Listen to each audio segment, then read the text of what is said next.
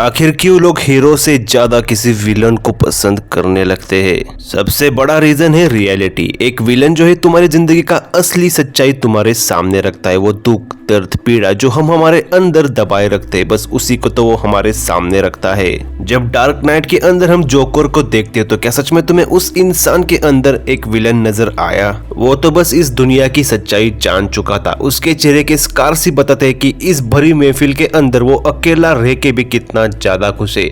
जब उसे सच में इन लोगों की जरूरत थी, वो तो बस इन लोगों को हंसाना चाहता था, अपने अकेलेपन को दूर करके सबके साथ आना चाहता था। पर कितनी आसानी से इन लोगों ने उसका मजाक बना दिया। जो इंसान पहले से डिप्रेस था उसे और ज्यादा ही डिप्रेस कर दिया इस सोसाइटी ने। और बस इंसान के लिए नकाब को हटाने के लिए यही तो चाहिए होता है। और फिर वो क्या बन जाता है?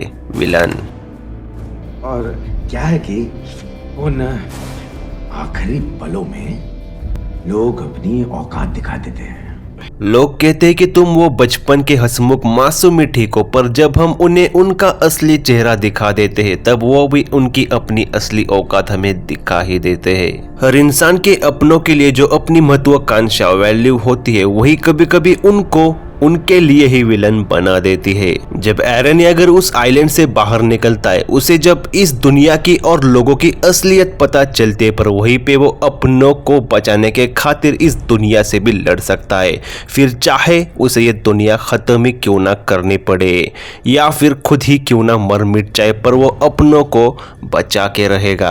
पर बस यही पे तो लोग बदल जाते हैं। फिर बस वो तुम्हारी ही कमियां निकाल के तुम पर ही वार करने लगते हैं। तो फिर क्या सच में तुम्हारे आसपास जो लोग हैं वो तुम्हारी अच्छाई डिजर्व करते हैं? यहाँ पे हर किसी का जो जवाब है ना वो अलग होगा, पर उसका जो अंत है ना वो हमेशा दर्दनाक ही होगा। मैं बस मिटने चला था अपनों के खातिर, बस उनकी एक खुशी के लिए, पर पीछे मुड़ के देखा तो अपने ही बदल चुके थे। थैनोस को हम आज भी क्यों याद करते हैं? क्योंकि जो कुछ भी उसने बातें उस टाइम पे की थी वो कहीं ना कहीं सच्ची तो थी। मुझे लगा था कि आधी दुनिया खत्म हो जाएगी तो बची हुई दुनिया खूब तरक्की करेगी, लेकिन इंसान अपने बीते हुए कल को जख्मों की तरह चाटता है। और जब तक ये बेवकूफ लोग बीते हुए कल को भुला नहीं सकते, ये कभी अपने आने वाले कल को अपना नहीं सकते। वो चाहता था कि ये दुनिया खुश रहे, पर वो ये भी जानता था कि इसका अंजाम उससे ही और ज्यादा बुरी तरीके से भुगतना पड़ सकता है। तुम अच्छाई हमेशा दो तरीके से कर सकते हो, एक बुरे तरीके से और एक अच्छे तरीके से। अब थैनोस ने क्या किया, इसका जवाब तो मैं तुम पर ही छोड़ देता हूँ। बस एक बात याद रखना, जो विलन्स है वो बस हमारे दूसरे चेहरे को हमारे सामने रखते हैं, जो कि हम इस समाज को नहीं दिखाते। और गलती से हमने अगर इस समाज को वो चेहरा दिखा दिया तो बन गए तुम विलन। आई एम स्लूजर, साइनिंग ऑफ।